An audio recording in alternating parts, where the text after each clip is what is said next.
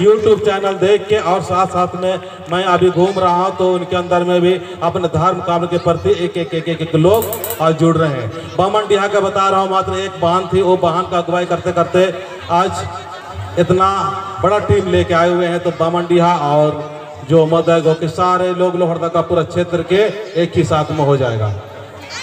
जय सरनाम। तो हम चाहेंगे कि इनको बैच भी पहनाना चाह रहे हैं तो जल्दी से एक बार बैच पहना दीजिए जो लोहरदगा से आए हुए हैं। और इसके बाद में जो कुड़ू से आए हुए हैं वो तैयार रखेंगे, जो कुड़ू से।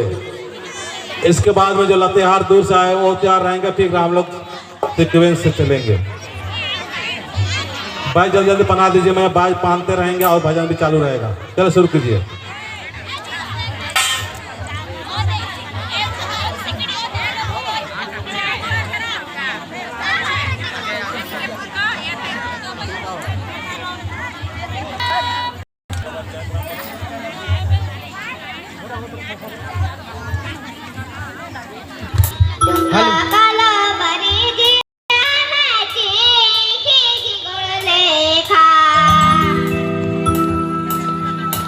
चा